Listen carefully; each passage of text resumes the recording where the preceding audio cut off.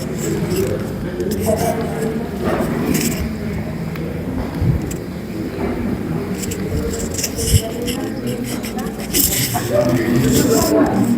irmão, obrigado, viu?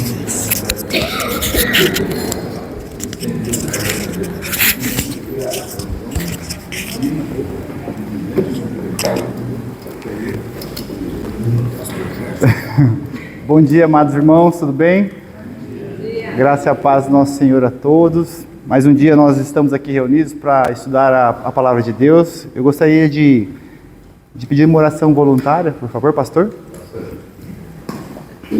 Queremos te louvar, Senhor Deus, por esse momento tão especial, quando podemos, com liberdade, abrir a Tua palavra e ler, e termos esse privilégio tão grande, Senhor. Por isso pedimos, nos ajude a não nos descuidarmos. Como temos visto ao redor do mundo, muitos lugares já não têm mais esta liberdade, Senhor.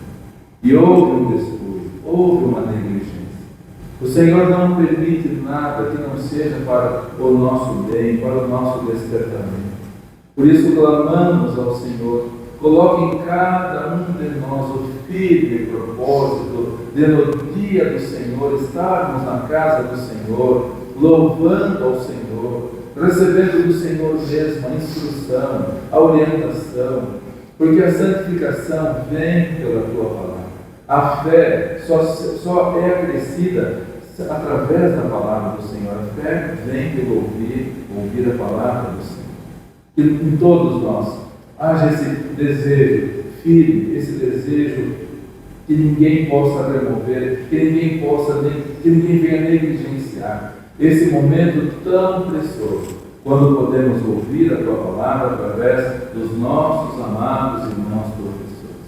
Usa o nosso amado irmão Gerson, Senhor, sempre pronto, sempre firme, constante, abundante na obra do Senhor. Use-o, assim como os demais professores, também as crianças que estarão ensaiando para o próximo domingo com o programa de Natal. Que todos nós estejamos aqui quebrantados, humilhados, desejosos de ouvir do Senhor a palavra eterna que não passará jamais.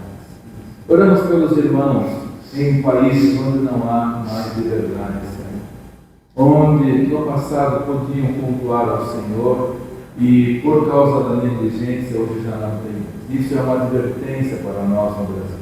Porque pouco a pouco a liberdade vem sendo cerceada no Brasil. E nos últimos tempos não foi nem pouco a pouco, foi galopante, Senhor. E muitos estão indiferentes, muitos estão descuidados, muitos não estão vendo o perigo que se avizinha. Portanto, ajuda-nos, como Tua igreja, a orarmos, clamarmos, intercedermos a um preço pela liberdade. E ajuda-nos, então, a estarmos dispostos a pagar esse preço. E não é algo, é um prazer estarmos reunidos, é um prazer estarmos ouvindo as instruções, a direção do Senhor, a palavra do Senhor. Pedimos a Deus pelos nossos irmãos que hoje não poderão estar conosco por motivo de viagem, até mesmo alguns por motivo de enfermidade, outros moram longe de nós. Obrigado pela visita que pudemos fazer do irmão Asilo ontem, ele sentiu o carinho da igreja. Obrigado porque o irmão Sidney e o irmão Josiane puderam estar conosco também, e ele sentiu o amor do Senhor através dos nossos irmãos. Obrigado pelo irmão Gilmar, mais perto que mandaram um presente para ele também. Como isso faz bem, Senhor, como isso alegra o coração daquele teu servo que está limitado devido à idade, devido às condições físicas, mas sente o amor dos irmãos por ele, através das orações, visitas, presentes. Por isso, graças te damos pelo desprendimento dos irmãos. Obrigado pelo irmão Renan, e outros irmãos que também têm colaborado com a irmã Zélia, levando presentes para ela, donativos para ela, irmão Ismael, irmã Andréia, irmão Juliano, irmã Regina e outros mais. Que todos nós possamos ter um coração generoso, um coração pronto a dar, porque a Tua palavra diz, mais bem-aventurada coisa é dar do que receber. Hoje as pessoas estão muito egoístas, muito querendo apenas receber. O bíblico é dar, o bíblico é dividir, o bíblico é nos desprendermos daquilo que o Senhor coloca em nossas mãos para administrarmos, para usarmos com sabedoria. Agradecemos e, portanto, abençoe esta classe tão bonita, irmãos tão queridos, tão amados, e usa o nosso amado irmão Jesus. Pedimos no nome do Senhor Jesus Cristo. Amém. Amém.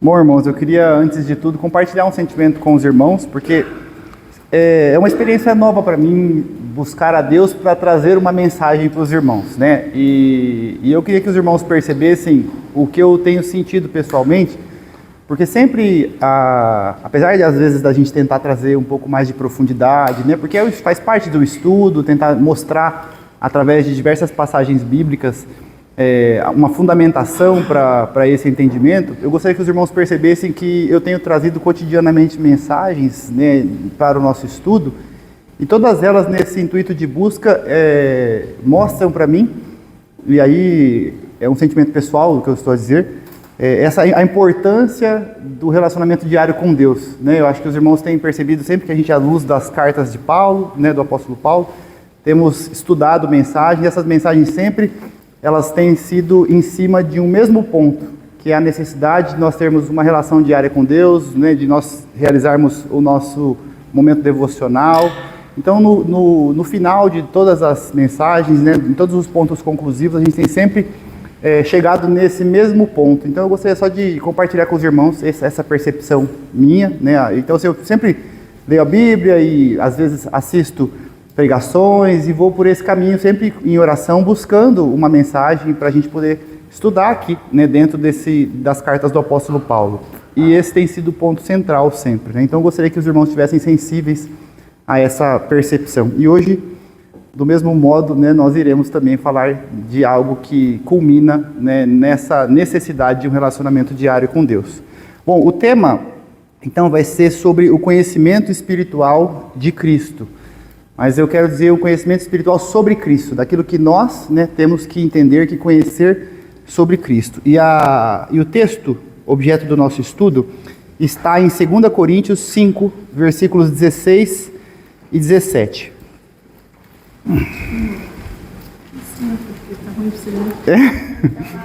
Posso sentar? Eu não estou enxergando muito bem. Então diz assim, 2 Coríntios, capítulo 5, versículos 16 e 17.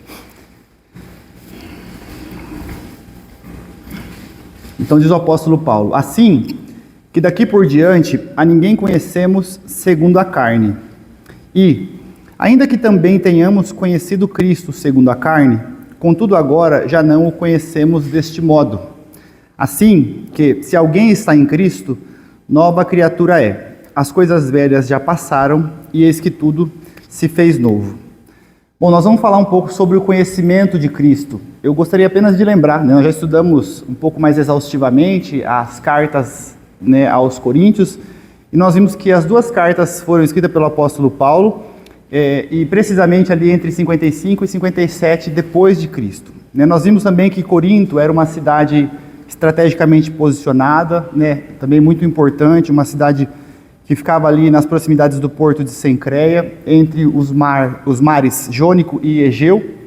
Vimos também que era uma cidade cosmopolita. E aqui bem rápido para a gente poder estudar, né, o texto bíblico com mais profundidade.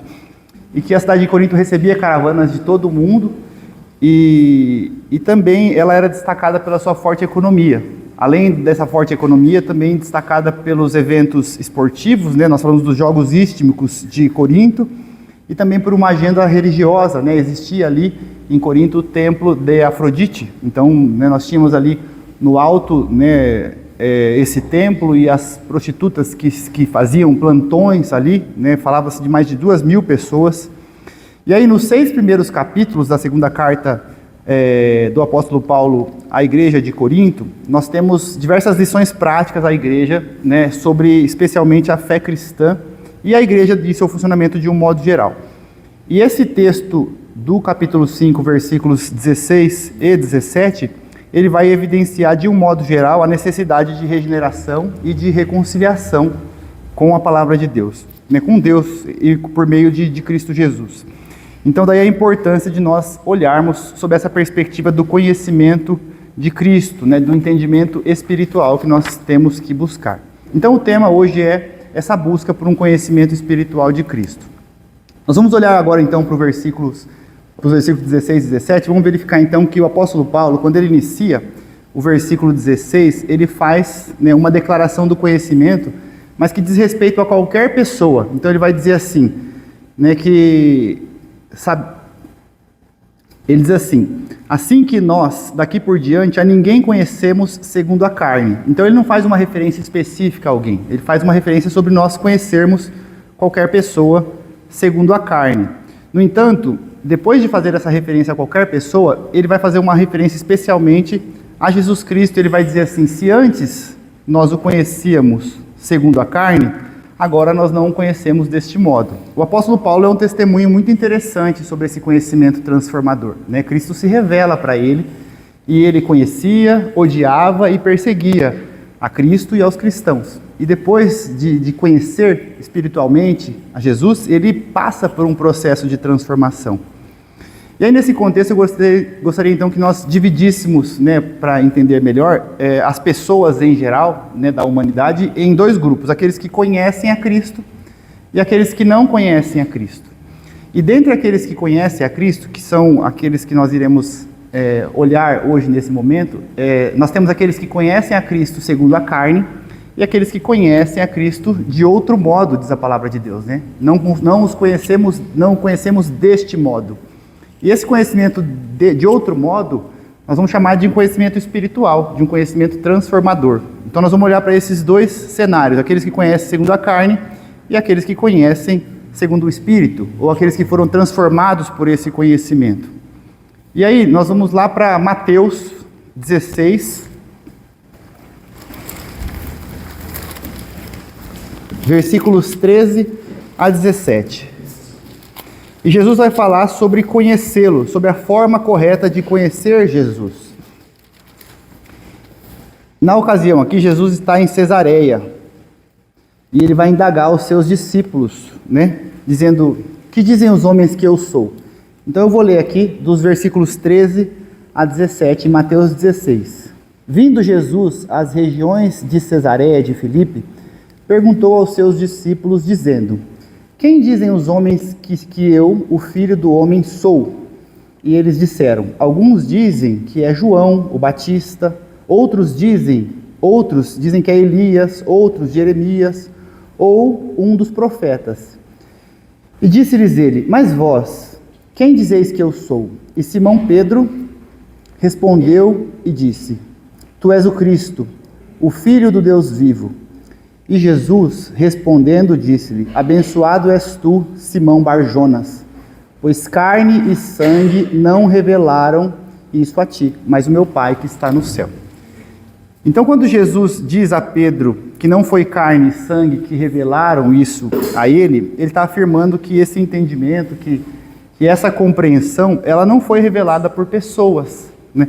É algo que não é uma compreensão natural, não é uma compreensão meramente informacional. Por isso, então, de modo semelhante, quando o apóstolo Paulo, lá em 2 Coríntios, ele vai dizer que a ninguém conhecemos segundo a carne, ele também está fazendo referência a esse conhecimento natural, a esse conhecimento humano, a esse conhecimento que é meramente informacional. Mas aí quando Jesus, em Mateus 16, diz, foi o meu Pai que está no céu que revelou isso a você, Simão Barjonas. Então Jesus, ele está fazendo referência aqui a um conhecimento espiritual, né? A um conhecimento que é fruto de uma revelação. Então eu queria destacar aqui o emprego da expressão revelação, né? Revelação vem do grego, né? Nós sabemos, Apocalipse, tá? É a junção das expressões apo, que quer dizer fora, quer dizer afastado, e kalima, que quer dizer véu, né? Então o significado da expressão é tirar o véu, é revelar o culto. Daí a gente fala então em revelação, é porque há então uma abertura dos olhos para que a gente consiga enxergar melhor, né, a vontade de Deus. Então revelar é abrir os olhos espirituais, é tornar possível essa percepção, É tornar possível esse conhecimento de algo que antes não se tinha. É enxergar algo que antes não se via. E a revelação, ela não precisa ser uma experiência miraculosa, espetaculosa, uma experiência mística, né? Mas ela diz respeito também a algo que se dá a partir da percepção de algo que antes não se percebia. Então, o conhecimento espiritual de Cristo, ele pressupõe essa revelação. E o apóstolo Paulo, então, ao dizer que, embora antes conhecia Jesus, e aqui a gente volta lá para 2 Coríntios capítulo 5, versículos 16 e 17, o apóstolo Paulo diz assim, que embora antes ele conhecia Jesus segundo a carne, porque ele mesmo perseguia Jesus, ele está fazendo referência ao seu passado, né? E a existência de um conhecimento passado que não produziu nele essa transformação. E quando ele fala assim, que daquele que é nova criatura, porque está em Cristo, porque as coisas velhas já passaram, ele está fazendo referência a alguém que tem esse conhecimento espiritual, que passou por um processo de transformação, fruto e em virtude desse conhecimento espiritual. Então nós vamos falar um pouquinho desse conhecimento à luz de alguns exemplos bíblicos, né? Eu vou usar precisamente 2 exemplos aqui, o exemplo de Judas e o exemplo dos irmãos de Jesus. Tá? O exemplo de Judas é interessante, porque Judas ele era apóstolo de Jesus. Judas andava com Jesus. Judas sentava na mesa com Jesus, conhecia Jesus, né? A gente às vezes fica junto, né? Imagina uma pessoa que você trabalha, que é o seu chefe, você já sabe como ele vai resolver alguma coisa, como ele pensa sobre alguma coisa. Às vezes alguém vem falar, o que ele é? Você já dá o encaminhamento para essa solução à luz do que você imagina que o seu chefe vai, né, eventualmente dizer, sobre isso ele normalmente age desse modo, né? E eu imagino que Judas, enquanto apóstolo de Jesus, da mesma maneira, presenciou todos os seus ensinamentos, todos os milagres que Jesus fez. Ele desfrutou da unção diária do Senhor, mas isso não produziu nele transformação. Então ele tinha um conhecimento carnal, né, material, humano de Jesus, inclusive com uma certa profundidade, né, de olhos vistos, mas isso não produziu nele transformação. O apóstolo João, ele expõe Judas, né? Eu gostaria que os irmãos abrissem lá em João, 1:17, 12.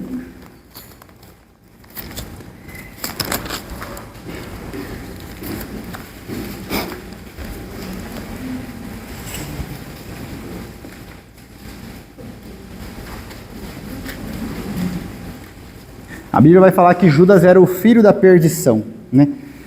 E vai dizer assim, enquanto eu estava com eles no mundo, eu guardava os...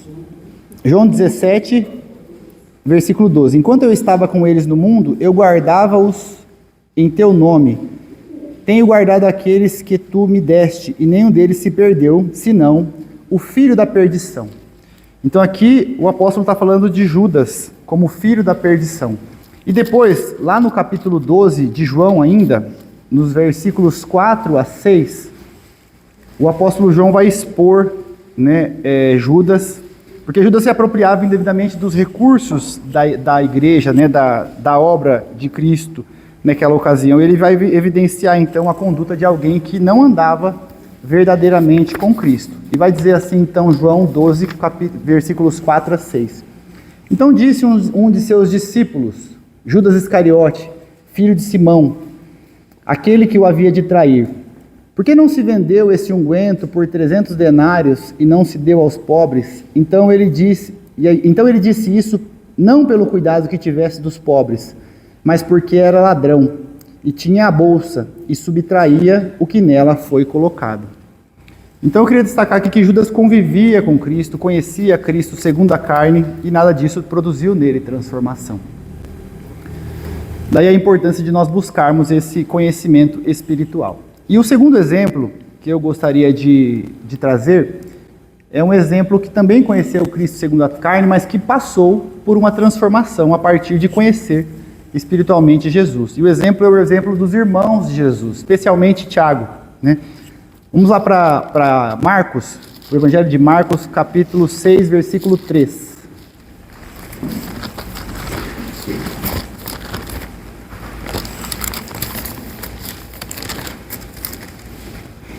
Aqui nós vamos falar um pouquinho sobre esses irmãos de Jesus, né? Jesus veio, né, fruto de uma concepção sobrenatural, mas depois do nascimento de Jesus, né, José e Maria tiveram uma relação familiar normal e constituíram família e outros filhos, tá? E aí só para a gente destacar então, que diz assim, não é este o carpinteiro, aqui falando de Jesus, filho de Maria, que é irmão de Tiago, José, de Judas e de Simão? Então esses são os irmãos de Jesus. E se a gente vai ali para o Evangelho de João, capítulo 7,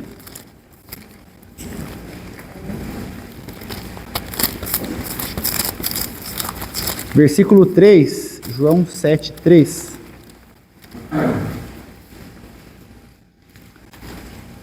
Nós vamos ler que os irmãos de Jesus não o conheciam até esse momento de outro modo, apenas segundo a carne. Veja só, no versículo 3 até o 5. Portanto, os seus irmãos disseram-lhe, parte daqui e vai para a Judeia, para que também os seus discípulos vejam as obras que tu fazes, né? E parece que tem um tom de ironia aqui, né? Porque não há homem que faça coisa alguma em secreto e que procure ser conhecido publicamente. Se tu fazes essas coisas, então vai e mostra-te ao mundo. E aí diz no verso 5, porque nem os seus irmãos acreditavam nele. Então os irmãos de Jesus não o conheciam segundo o Espírito, não o conheciam de outro modo até esse momento. Tá? Então eles também só o conheciam segundo a carne e não tinham ainda sido transformados. E aí se nós voltamos lá para o Evangelho de Marcos, capítulo 3, nós lemos que depois de escolher os 12 apóstolos, Marcos 3, Jesus ele era seguido naquela ocasião por uma multidão. Então 3, vamos ler dos versículos 20 a 21. Tá? Então aqui tem um relato, né, de Jesus escolhendo os apóstolos, fazendo diversos milagres e ensinando, né, sobre a mensagem de Deus. E diz assim, e a multidão, versículos 20 e 21, e a multidão vinha junto outra vez, de tal modo que eles nem podiam comer pão. Então imagine que há ali, né, uma multidão seguindo Jesus, os apóstolos escolhidos, 3, 20 e 21. Os apóstolos seguindo Jesus, de modo que eles nem podiam parar para comer, tá?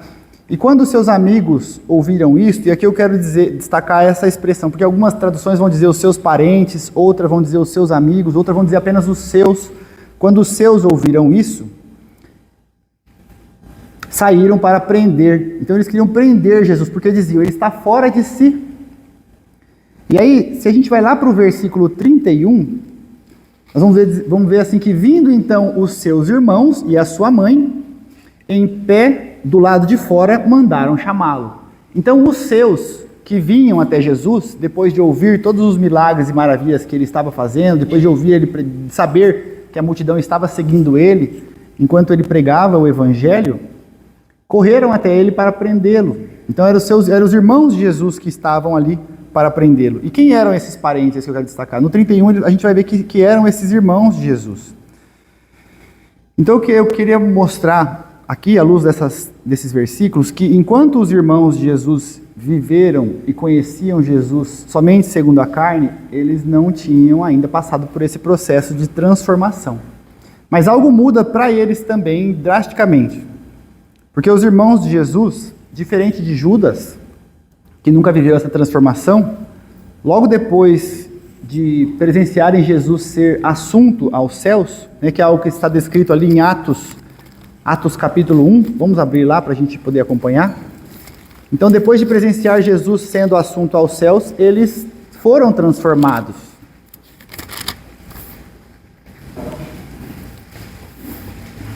Atos 1, dos versículos de 1 a 12, né? Nós temos ali, então,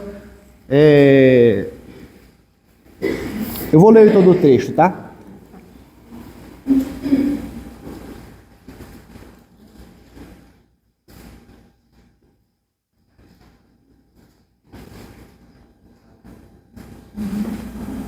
Vamos ler do 9 em diante para poder encurtar. E falado essas coisas, então Atos 1, de 9 em diante. Vendo-o eles, ele foi levado para cima, e uma nuvem o recebeu, ocultando-o a seus olhos. E enquanto eles olhavam firmemente para o céu, enquanto ele subia, eis que 2 homens se puseram junto deles, com vestiduras brancas, e os irmãos de Jesus estavam ali, aqueles que conheciam Jesus, que viveram na mesma casa, que cresceram com ele, que foram educados pela mesma família, não tinham passado por uma transformação, mas estavam ali presenciando esse acontecimento. Os quais lhes disseram: homens da Galileia, por que estáis parados olhando para os céus? Esse mesmo Jesus, que dentre vós foi levado para os céus, há de vir da mesma maneira que o vistes ir para o céu. Então eles retornaram para Jerusalém, do monte chamado das Oliveiras, o qual está perto de Jerusalém, uma jornada de um dia do Shabá. E aí nós vamos ver que eles voltaram então do Monte das Oliveiras para Jerusalém, e eles subiram, né, entrando eles para a sala superior. Algumas traduções vão falar do cenáculo, né? O cenáculo é aquele lugar onde no dia de Pentecostes todos foram cheios do Espírito Santo. Então se reuniram ali os 11 apóstolos, né? Notem que eles vão, que a palavra de Deus vai nominando, né? Pedro, Tiago, João, André, Felipe, Tomé, Bartolomeu, Mateus, Tiago, filho de Alfeu, Simão, Zelote e Judas, irmão de Tiago, tá? Então são 11 porque Judas Iscariote ainda já tinha se perdido nesse momento e Matias não tinha ainda substituído Judas, né, na integridade do grupo. E aí nós vamos ver que todos eles continuavam unanimemente, né, perseveravam em oração. Então nós estamos percebendo aqui que os irmãos de Jesus estão aqui, né, com Maria, mãe de Jesus, e com os seus irmãos. No verso 14, nós temos então um relato de que os irmãos de Jesus estavam junto com os apóstolos perseverando em oração. Então aqui está acontecendo esse processo de transformação a partir do conhecimento espiritual dos irmãos de Jesus, que o conheciam somente segundo a carne e passaram a conhecê-lo segundo o Espírito, né? Imagine só eles presenciando a crucificação, né? E aí o centurião furando Jesus e eles percebendo todos aqueles acontecimentos, né? O véu se rasgando. Então, os irmãos de Jesus passaram aí, a partir desse momento, a passar por uma transformação. Então, esse é o relato, né, de depois de conhecer o desfecho da história, da crucificação, depois, né, da ressurreição de Cristo, eles foram transformados com um conhecimento espiritual.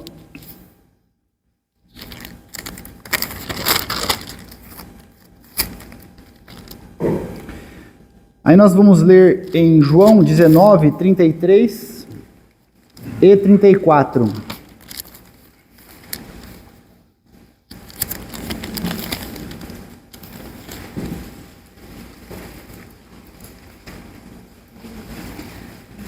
Só para destacar esses detalhes, né? João 19, 33 e 34, que diz: mas vindo João, Evangelho de João, capítulo 19, versículos 33 e 34. Mas vindo a Jesus e vendo-o já morto, eles não quebraram as suas pernas. E um dos soldados lhe perfurou o lado com uma lança, e imediatamente saiu sangue e água, né, para evidenciar que ele efetivamente estava carnalmente morto naquele momento. E aí, se nós voltarmos lá então para Coríntios, agora vamos para a primeira carta do apóstolo Paulo aos Coríntios.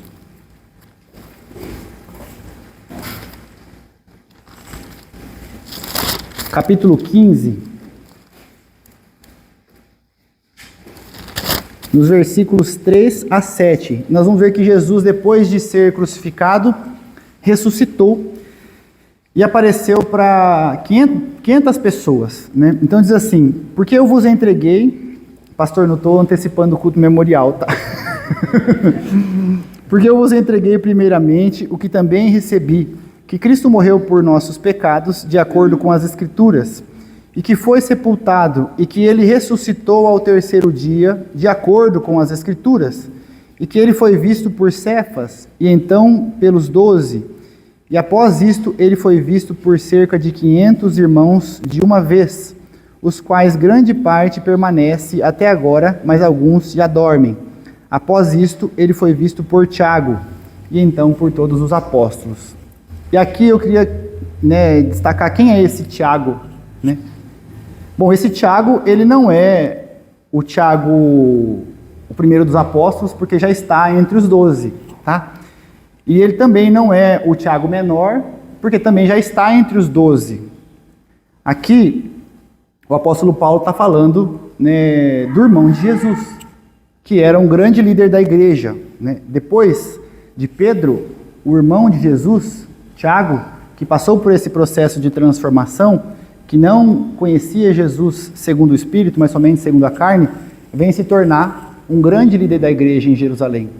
Imagine que os apóstolos viajavam, né, para difundir o evangelho, e o apóstolo Pedro assume essa liderança, e na sequência o irmão de Jesus, Tiago, assume também essa liderança. A ponto de o apóstolo Paulo, lá em Gálatas 2, eu convido os irmãos a abrir lá, em Gálatas 2, versículo 9, fazer referência a ele como um dos pilares, como uma das colunas da igreja.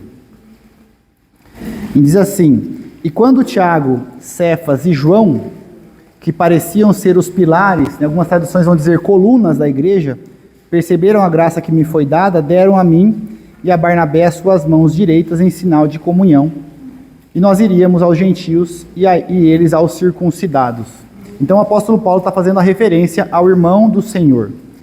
E no versículo 1, 19, o apóstolo Paulo confirma isso dizendo: mas os outros apóstolos não vi nenhum, exceto Tiago, irmão do Senhor. Gálatas 1, 19, tá? E tudo isso para mostrar a transformação que aconteceu na vida do irmão do Senhor, que o conhecia segundo a carne, né? Então o curioso é que esses irmãos que não criam em Jesus, em algum momento passaram a crer. E esse conhecimento espiritual, esse conhecimento revelador, produziu neles transformação. Mas há ainda um outro conhecimento, que é o conhecimento de outro modo, como Paulo fala, né, como o apóstolo Paulo fala em 2 Coríntios 5, 16 e 17. É o conhecimento com transformação. E aqui nós temos então quando algum nível de entendimento espiritual se estabelece na gente. Além desse conhecimento informacional, nós temos então um outro nível de entendimento da palavra de Deus. Além do conhecimento humano, além do conhecimento natural, esse conhecimento que produz transformação. E esse é o grande ponto a ser buscado, né? O evangelho, ele envolve aprender a respeito de Cristo. Se nós formos para Efésios 4, versículo 20,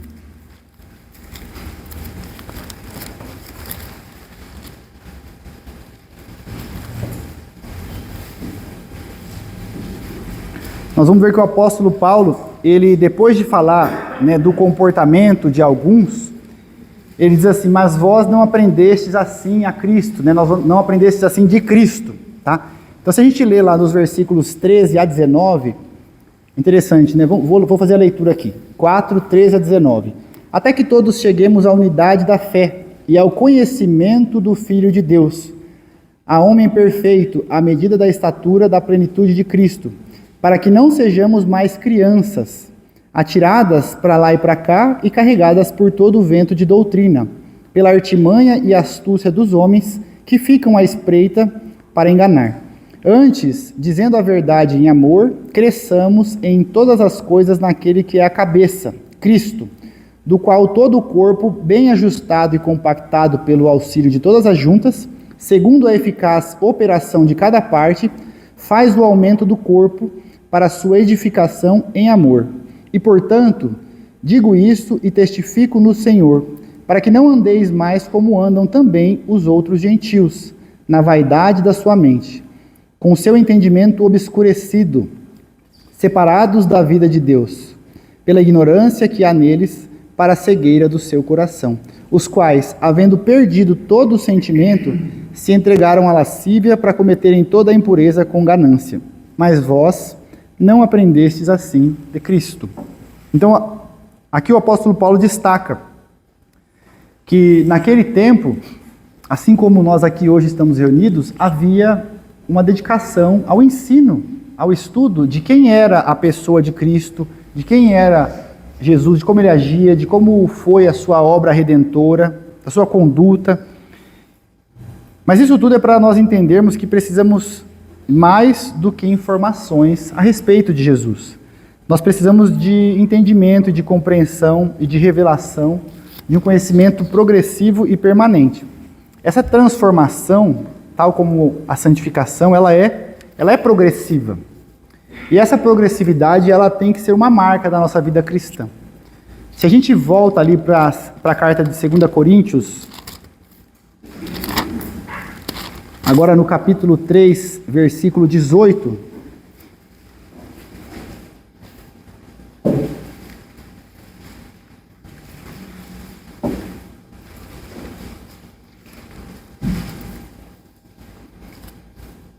diz que nós somos transformados de glória em glória pelo Espírito do Senhor. Mas essa transformação, ela não é só progressiva, porque ela tem que resultar também de um conhecimento progressivo do Senhor. O profeta Oséias, no capítulo 6, versículo 3, ele vai dizer que nós devemos conhecer e perseguir e prosseguir em conhecer o Senhor. Que o conhecimento de Deus, ele não se esgota, porque Deus é um ser ilimitado, né? Ele é um ser infinito, diferente de nós, que somos finitos. Mas a palavra de Deus, ela vai operando onde há esse entendimento. E ao explicar a palavra do semeador, por exemplo, o nosso Senhor vai deixar isso bem claro para a gente. Vamos lá para Mateus 13. E no Evangelho de Mateus 13, nós temos ali Jesus explicando a parábola do semeador.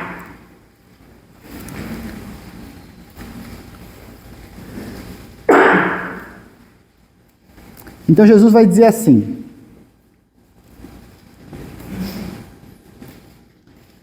a partir do versículo 3, e falou-lhes muitas coisas por parábolas, dizendo, eis que um semeador saiu a semear, e quando ele semeava, algumas sementes caíram junto ao caminho, e vieram as aves e as devoraram. Algumas caíram em lugares pedregosos, onde não havia muita terra, e imediatamente elas brotaram, porque não havia terra profunda. E quando o sol nasceu, queimaram-se, e porque não tinham raiz, elas murcharam-se. E outras caíram entre espinhos, e os espinhos cresceram e as sufocaram.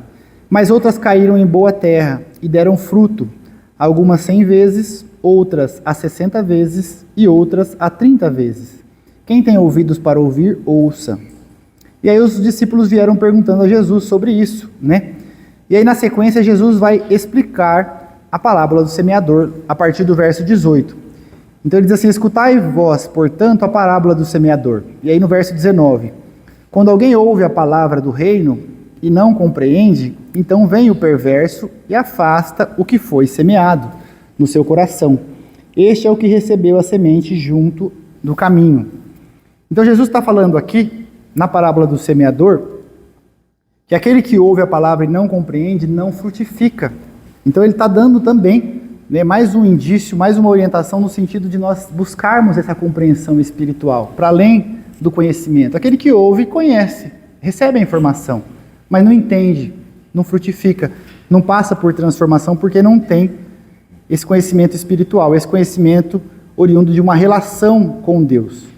E para que haja, então, essa compreensão, tem uma parte do processo que depende só de nós, que é o relacionamento diário com Deus, que é essa busca do Senhor, que é o comportamento, a comunhão, a disposição de ouvir, de praticar. E quem explica um pouco isso para nós é o escritor de Hebreus, no capítulo 5,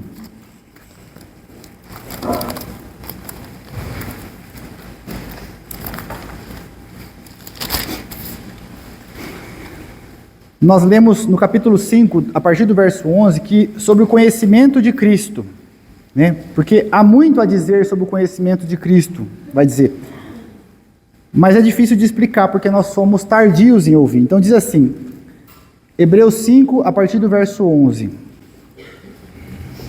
Sobre quem temos muito o que dizer, mas de difícil enunciação. Algumas traduções atualizadas vão dizer, mas é difícil de explicar, porquanto vós sois tardios em ouvir.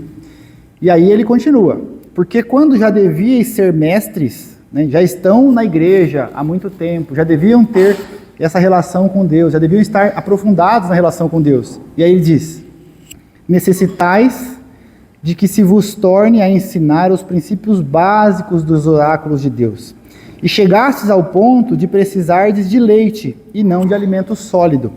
Porque qualquer que se alimenta de leite é inexperiente na palavra da justiça, porquanto é um bebê. Mas o alimento sólido pertence àqueles àqueles que alcançaram a maturidade e também para aqueles que, pela razão do uso, tiveram seus sentidos exercitados para o discernimento tanto do bem quanto do mal. Então, vejam, né, nós estamos na igreja e somos tardios em ouvir, tardios em entender, e isso é fruto da omissão nossa em relação a essa busca diária do conhecimento de Deus, para que nós alcancemos a transformação.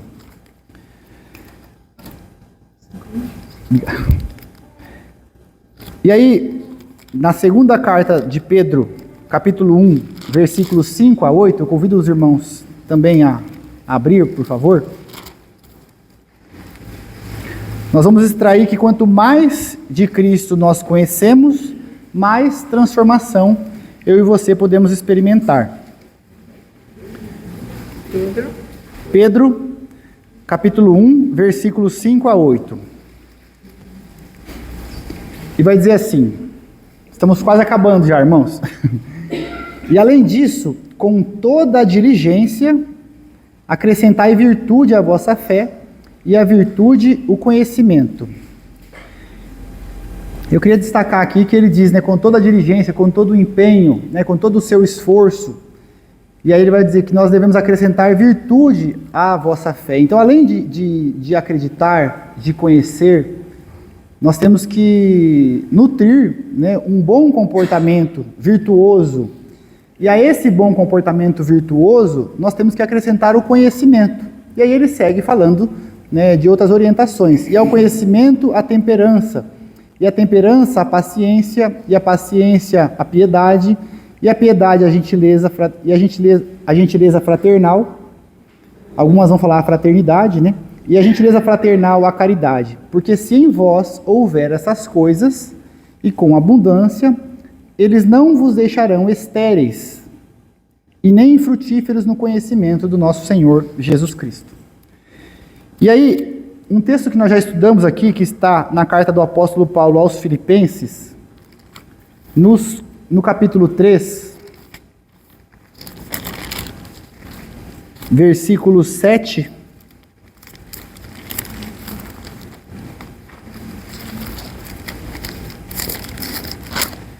Filipenses 3, versículos 7 a 12, o apóstolo Paulo ele nos mostra que além do conhecimento, Filipenses 3, 7 a 12, além de ser um conhecimento que nos leva à transformação, esse conhecimento também nos permite, nos possibilita progredir no conhecimento e sermos transformados cada vez mais. E ele diz assim, falando dele, né?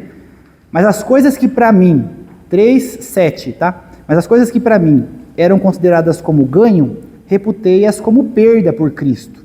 E na verdade tenho também por perda todas as coisas pela excelência do conhecimento de Cristo. Né? Algumas traduções vão dizer pela sublimidade do conhecimento de Cristo, meu Senhor, pelo qual sofri a perda de todas as coisas e as considero como lixo. Né? A minha vai dizer aqui como esterco, para que possa ganhar a Cristo. Então nós temos aqui esse destaque do apóstolo Paulo sobre a sublimidade do conhecimento de Cristo. E a pergunta prática é, como que nós poderíamos então vivenciar esse tipo de conhecimento? Né? Não o conhecimento segundo a carne, mas o conhecimento de Cristo, espiritual e transformador. E aqui eu gostaria de reiterar então a imprescindibilidade de nós mantermos um relacionamento devocional diário. E eu só vou mencionar aqui, irmãos, não precisam abrir, né? Em Gênesis 3:8, nós vamos verificar. Aqui eu queria destacar nessas passagens a importância do relacionamento diário, né? Deus passeava no jardim do Éden, a Bíblia diz assim, pela viração do dia, né? Quer dizer, diariamente. Em Lamentações 3, 22 e 23, nós vamos ver que as misericórdias de Deus se renovam a cada manhã. Em Êxodo 16:4, o Senhor disse a Moisés, farei chover pão do céu, ele fazendo referência ao maná, e o povo sairá e colherá a sua porção de cada dia, para que eu prove se cada um anda conforme a minha lei ou não. Então Deus espera de nós um relacionamento diário com Ele, né? Não é no culto, né? Todos os dias, um relacionamento diário com Ele. E nós precisamos entender que esse tempo devocional, ele é fundamental para esse processo de transformação progressiva, de conhecimento progressivo. Não é uma mera religiosidade. Em Mateus 11, 28 e 29, Mateus 11, eu vou passando aqui para a gente poder terminar no tempo, tá? Estou quase lá. Jesus nos convida para compreender, para aprender dele, né? E aí ele diz assim: vinde a mim, todos vós que estáis cansados e sobrecarregados, e eu vos aliviarei. Mas eu queria destacar aqui o convite que há antes de tudo, que ele diz: vinde a mim, porque ele evidencia a importância aqui de um relacionamento com ele, né? Da proximidade. E aí, para finalizar, em Atos 4:13, né, nós lemos que as pessoas elas se maravilharam com Pedro e João. E diz assim: mesmo eles sendo iletrados e ignorantes, as pessoas que olhavam para eles reconheceram que eles andaram com Jesus. Veja, o livro de Atos foi escrito 60 anos depois de Cristo. E ali consta um relato de que Pedro e João, mesmo sendo iletrados e ignorantes, surpreendiam as pessoas com o seu comportamento, né? Eles resplandeciam o bom perfume de Cristo. E eles diziam assim: as pessoas reconheciam que eles andavam com Jesus, né? Então eles pregavam a mesma mensagem, eles falavam a mesma língua, eles carregavam a mesma unção, eles operavam o mesmo milagre. Eu fico aqui imaginando, né, as pessoas olhando para ele e dizendo: esses são os discípulos de Cristo, né? E isso é fruto, né, do relacionamento deles com Deus. Porque tamanho era esse relacionamento deles com o Senhor que eles transpareciam a Cristo. E aqui, o encerramento é no sentido de que as pessoas possam ver em nós, né, algo semelhante, possam reconhecer que nós temos um relacionamento diário com Cristo. Que nós possamos entender que ou nós vamos transbordar o bom perfume de Cristo, ou nós vamos transbordar outra coisa. E a gente consegue alcançar essa aproximação através desse relacionamento diário com Deus, né? E eu encerro então, irmãos, conclamando que nós possamos, a partir desse relacionamento diário com Deus, dizer como o salmista, né, em Salmo 17:15, que eu me satisfarei com a sua imagem pelas manhãs. Que nós todos os dias possamos então ter esse relacionamento com Deus. Pastor, encerrado. Senhor, que lição preciosa todos nós ouvimos. Eu Deus e Pai, que todos nós, aqui da classe Paulo, que ouvimos esta lição, não deixemos passar tão preciosa oportunidade de aplicar em nosso coração o pedido. Que ninguém, ó Deus, tenha um conhecimento apenas meramente carnal, como quando iniciamos o estudo, lendo, como Judas fez, e a tragédia foi enorme sobre a sua vida e continuará eterna. Senhor, que não haja ninguém aqui entre nós, nesta manhã tão linda, nesta manhã tão preciosa, nesta oportunidade tão rica que o Senhor nos concedeu, que ninguém faça parte desse grupo, Senhor. Ajuda também para que todos nós aqui possamos ter uma mudança, um comportamento diferente em nosso viver diário, Senhor. Como os irmãos do Senhor Jesus Cristo, os irmãos físicos dele, que a princípio não compreenderam, mas depois o receberam e foram grandemente usados pelo Senhor, servindo com fidelidade. Todos nós possamos, ó Deus, Pai, ter um conhecimento espiritual do Senhor Jesus. Ele é o nosso Senhor, Ele é o nosso Salvador, Ele é o nosso Mestre. Possamos ter prazer, assim como Maria, de estar aos pés do Senhor Jesus Cristo, ouvindo, escolhendo a boa parte. E que nenhum de nós aqui seja como Marta, descuidada, distraída, com tantos atrativos no mundo. Nunca se teve tanto atrativo no mundo como hoje, Senhor. Ajuda cada um de nós a termos o cuidado de evitarmos todas estas distrações, todos esses atrativos, e nos apegarmos à Tua Palavra com avidez, com alegria, como os irmãos em Bereia, todos os dias, examinavam nas Escrituras se realmente o que Paulo estava falando estava de acordo com o que está na Tua Palavra. Hoje tem tantas pessoas falando assim, e as pessoas não estão conferindo nas Sagradas Escrituras, e aí tem um relacionamento superficial, que qualquer vento de doutrina derruba, afasta e abasta. Ajuda, portanto, todos nós a estarmos firmados, arraigados no nosso Deus. Muito obrigado por teres usado o nosso amado universo. Muito obrigado pela reverência e atenção de todos e que levemos conosco estas palavras. Oramos no nome do Senhor Jesus Cristo. Amém. Amém. Nosso vídeo de 10 horas, 10 minutos.